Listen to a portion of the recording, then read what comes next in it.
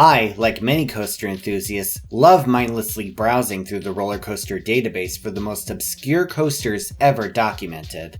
Not all coasters can be as famous as Millennium Force or the Incredible Hulk. Nope, sometimes you really have to dig deep to find the rare and obscure rides. Regarding the title of this video, I'm convinced that a good chunk of folks out there, like myself until recently, have never heard of these coasters we're about to talk about. So as voted on by the viewers, here are the top 10 extinct roller coasters you've never heard of, unless you mindlessly browse RCDB like I do. Before we get started though, I want to give a special thanks to my amazing supporters on Patreon. Lately, YouTube's push for shorter content, as well as the influx of AI-generated shorts and the unpredictability of ad revenue on the platform, make your support vital for Theme Park Crazy's future. On my Patreon, you'll have access to a number of benefits, including your name in the credits, verbal shoutouts. For example, here's a special shoutout to newest Hyper member ZZZZZZZZZZZ. Thank you very much, Zzz.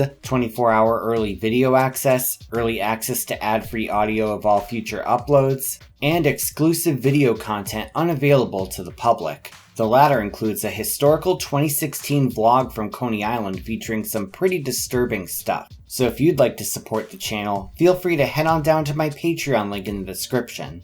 Anyway, let's get started with the video. Number 10. Linear Gale at Japan's Tokyo Dome City. Remember Wicked Twister at Cedar Point, the coaster that hilariously had a dabbing skeleton in front of it in its last season? This was a massive impulse coaster model from Swiss manufacturer Intamin. The layout was simple. An inverted train hung below the track and was launched back and forth up two twisting spikes. But what if I were to tell you that there was a coaster that had two straight spikes instead of twisted ones?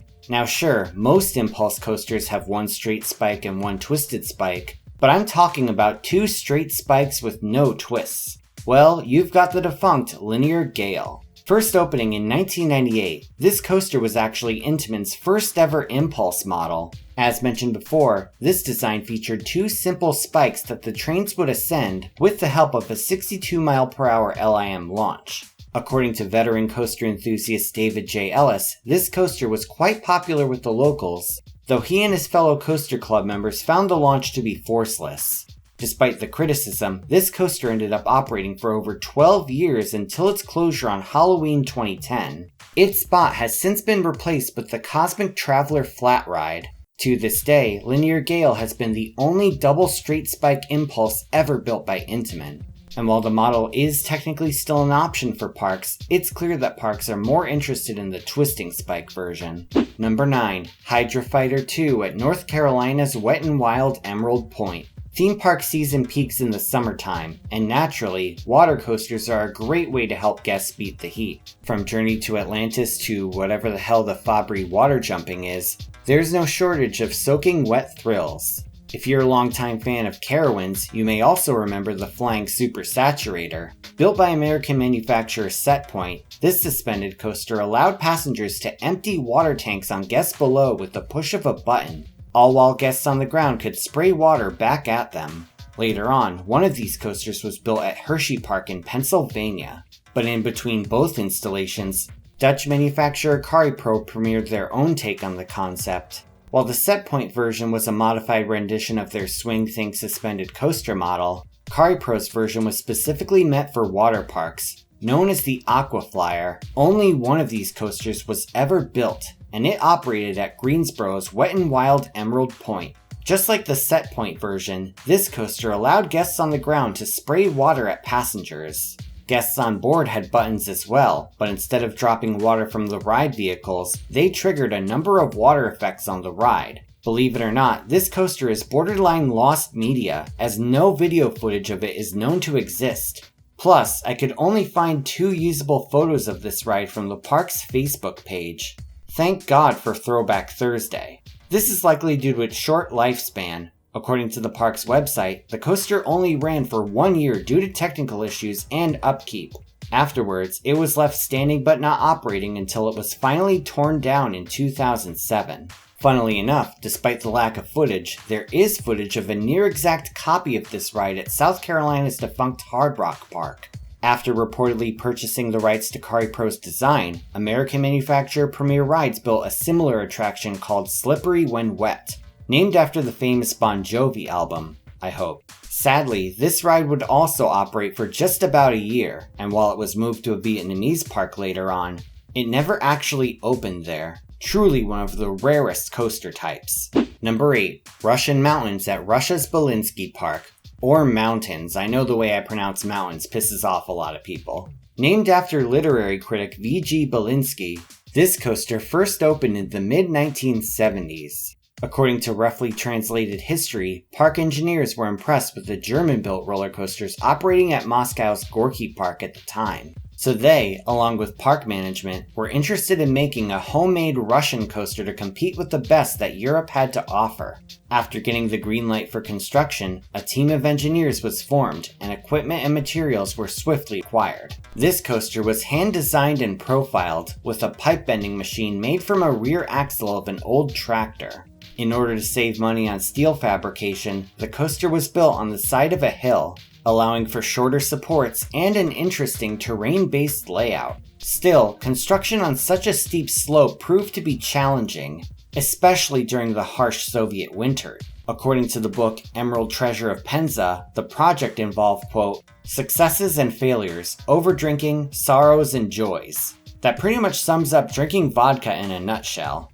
After months of construction, testing, and convincing city officials of its viability, the coaster finally opened to the public sometime around 1976. The attraction was instantly popular and was said to regularly draw long lines. In addition to its relentless speed, this coaster was among the first modern steel coasters to feature a vertical loop, or a Nesterov loop as it was dubbed by officials. The ride was so successful that guests regularly asked questions about how it was designed and even for copies of the blueprints. One thing worth noting is that this coaster opened around the same time as Revolution at Six Flags Magic Mountain in California. It's not confirmed exactly when it opened, but the question of which coaster opened first has proven to be difficult to answer. As for Russian Mountains, it continued to operate at the park all the way until the early 2000s. Apparently, this coaster eventually closed due to safety regulations. Fortunately, there's still excellent footage of it in operation, and we're very fortunate to have this documentation. Number 7. Revolving Jungle Mouse at Japan's Expo 70. Yep, this coaster opened at the 1970 World's Fair in Osaka Prefecture. Long before they merged with SNS Worldwide to create SNS Sansei, Sansei Technologies was a leading Japanese coaster manufacturer. For Expo 70, they had two major roller coaster projects. First was the enormous 5-track Daidarosaurus. This coaster, which we've discussed before on this channel, combined a mild family coaster, 2 racing tracks, and 2 dueling tracks into one massive attraction that had to be seen to be believed. However, this wasn't the strangest installation of the two. No, that would have to be the Revolving Jungle Mouse. Imagine putting a Wild Mouse coaster on a Lazy Susan. You'd get this head-scratching masterpiece. Here's how the coaster worked. Basically, you had these wheels that jutted out from the ride vehicles. The lift mechanism saw this rotating outer structure come in contact with this wheel, sending it up a stationary spiral section of track with no chains or wheels. The modern-day equivalent would be the spiral lift that Zamperla's Volare coaster model uses. Believe it or not, despite operating at a World's Fair, this right here is the only existing footage of this coaster. After the fair ended, this ride was supposedly sent to the famous Nara Dreamland, though that has not been officially confirmed. All we do know is that this coaster existed, and it somehow was forgotten despite its unorthodox-ishness. Okay, that wasn't a word. Number 6. The Backety-Back Scenic Railway at Canada's Crystal Beach and Missouri's Del Mar Garden. This coaster is just plain fascinating, and special shout out to Reddit user waifive for looking up this ride's history. Imagine combining features of Switchback at Texas's ZDTs and the old Ultra Twister coaster by Togo. Yeah, this old ride was as strange as you think. First built at 1909 at Ontario's Crystal Beach and later built at St. Louis's Del Mar Garden, this coaster featured a unique patented element by inventor John H. Brown. Essentially, what this coaster did was take guests up an incline before the train lost momentum. But then, the track would dip downwards, underneath the track that passengers just traveled on. This seems like it would be impossible, and like something out of that topology video on how to turn a sphere inside out, but the trick was to use a second set of rails. According to patents, the vehicles had 4 large flanged wheels on the ordinary track, and a second set of wheels called rollers. As the coaster approached the incline, the rollers engaged with a new track section, lifting the vehicle and allowing the main wheels to essentially glide through the air while the rollers took care of the rest. After navigating the incline, the main wheels contacted a lower track section, allowing the ride to continue in reverse and under the track just navigated. Admittedly, since there's no footage of this ride and no close-ups of the reversing segment, this part is challenging to explain. So if anyone wants to try to redo it in No Limits, be my guest. Number 5. The Hooper Reverser at Utah's Saltaire. Built at the famous turn-of-the-century Saltaire Resort, this coaster may seem familiar to gamers out there. For this coaster, you may not have heard of its real-life rendition, but if you're a fan of the Roller Coaster Tycoon games, it will likely ring a bell. First included in the Corkscrew Follies expansion pack for RCT1, this vintage wooden coaster dates all the way back to around the 1910s. Basically, what we have here is a roller coaster that can switch positions while traveling in the same direction. Like the Backety-Back coaster, this was done with a special track segment. But unlike that coaster, we actually do have a video demonstration of how this track worked, courtesy of Swansanook Amusement Park Lovers Club on YouTube. I'll include a link in the description. For this coaster, the train was on 2 wheel bogies connected to a direction control wheel. Upon reaching the switch track, the right rail guided the front direction control wheel to the right, while the left rail kept the rear bogie going straight. Since the rear bogie was going straight, it didn't slow down in the turn, allowing it to pass the front bogie and make the train switch positions while traveling in the same general direction. Shockingly, there is only one photograph of this coaster in operation, and sadly, the ride burned down in a fire in 1925. Nevertheless, the coaster's legacy still lives on, not only through the Roller Coaster Tycoon series, but a few Disney rides as well. For example, Pirates of the Caribbean Battle for the Sunken Treasure at Shanghai Disneyland, that was a mouthful, uses a similar reverser system to change the boat's direction. The Hooper Reverser certainly was an influential coaster. Number 4. Birdmen at Japan's Fuji-Q Highland. You might be wondering how a coaster at such a notable park could be forgotten, and you may be wondering why it doesn't seem to be listed on the park's RCDB page. Well, here's the thing, it technically is listed as an operating attraction. Voyage de le Ciel, yes, a coaster with a French name at a Japanese theme park, currently operates as an inverted coaster with cloud-themed vehicles. But when the ride first opened, it was actually a completely different experience. It had the same track and supports, sure, but instead of sit-down inverted cars, this ride sat passengers in a flying position. Rare photos of this coaster show bulky, bright red 2-person cars. The restraint system was similar to Zamperla's Volare coaster shown here, where guests use a stepladder to settle into a lay-down position. Not much is known about this coaster's history, except that it was made by Japanese manufacturer Hoi Sangyo. Why are photos and video of the ride so rare? Well, less than a year after it opened, a serious accident occurred. On May 6, 2001, one of the wheel axles broke, bringing the ride vehicle to a violent stop. 2 college students on board suffered broken hips, and an investigation found that the accident was due to a design flaw with the trains. Of course, this ride was immediately shut down, but likely not wanting to scrap the ride they just built, officials decided to simply change the ride vehicles. Surprisingly, there is a small clip of this coaster in operation as Birdmen. However, I was unable to contact the uploader, so I'll link it in the description. Number 3. Space Coaster, also at Saltaire. This one in particular opened in July of 1982, and it certainly deserves attention. This coaster opened as part of a short-lived attempt to revitalize the historic Saltaire as an all-new amusement park resort about a mile away from the original location. One of the rides they built was Space Coaster. Since it was built in-house, it had extremely quirky features to it. Essentially, this creation was like a 3-way hybrid between a mountain coaster, a bobsled, and an interactive dark ride. The ride cars each sat 1 person, and looked like laundry baskets. It's likely the holes in the back were included for more aerodynamics, not to be confused with the famous coaster company. As for the layout, most of it took place in the dark, with a number of targets spread out inside the tunnels. Each car had hand grips with buttons to shoot lasers at the targets, allowing passengers to rack up points. Unfortunately, there's a reason why photos of this coaster are so rare and no video exists. Just 2 years after it opened, the Great Salt Lake reached a record high level and the resort was horribly flooded. Fortunately, photographer Ricky Somerset was able to archive this coaster with a good amount of photos.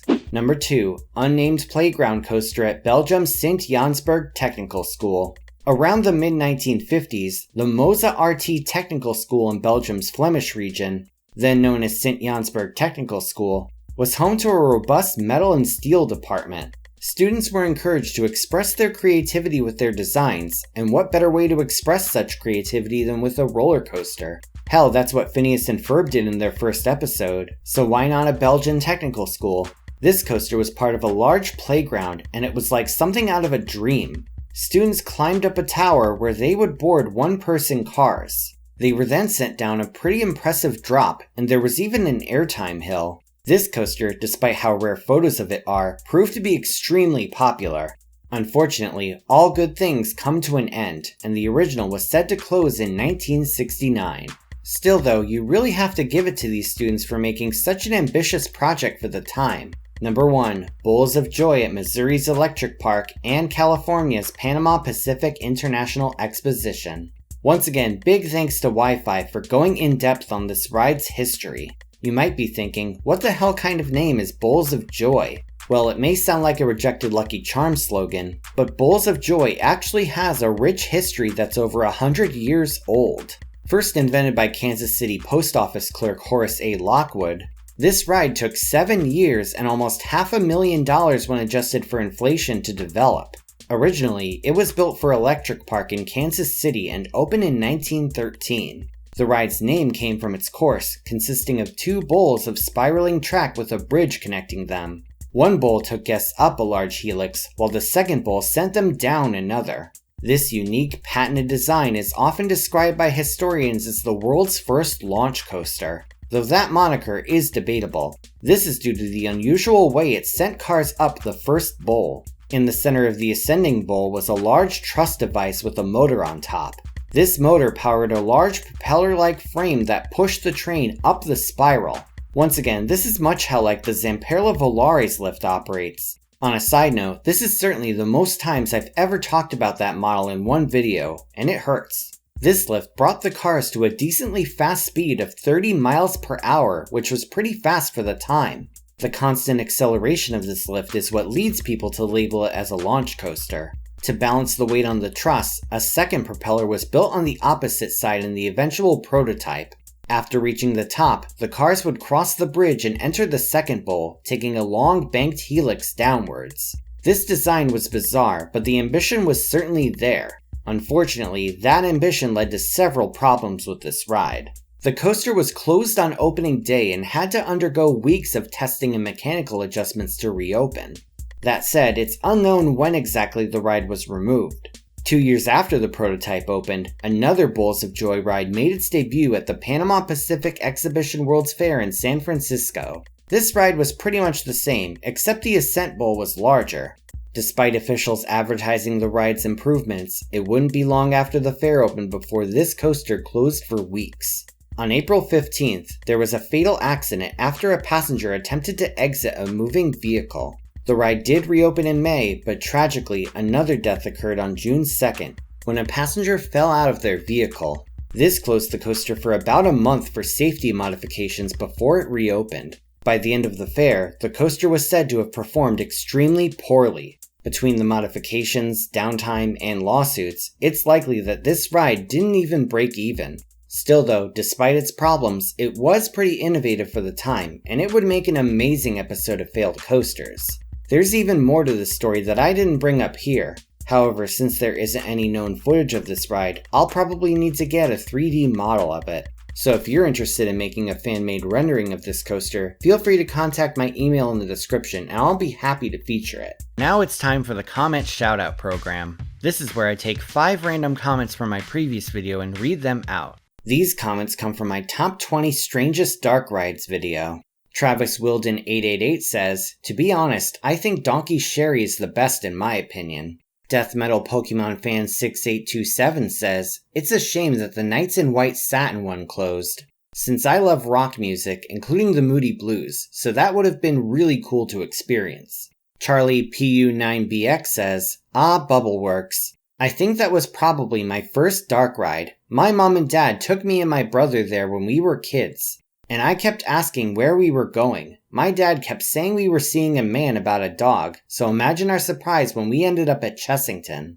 Hydra Dude says, Spin Runway at Japan's Yomiuri Land was a strange ride with an even stranger queue. I highly recommend it. And DJ Fuzzboy says, I've been on the ride in Lotte World. It's so weird. We had no idea what to expect and it blew our minds. I have some pictures somewhere, I think. If you want to see your words in my next video, leave a comment down below and it may be selected. Please note though that inflammatory or spam comments will not be read. Thank you all so much, and if you want to support me on Patreon, you can do so once again at the link in the description. Thanks for watching everyone. Feel free to like, share, and subscribe. You can follow me on social media on Instagram and Facebook, or you can check out my website at themeparkcrazy.com. And I'm on TikTok. This is Theme Park Crazy, and I'll see you all next time.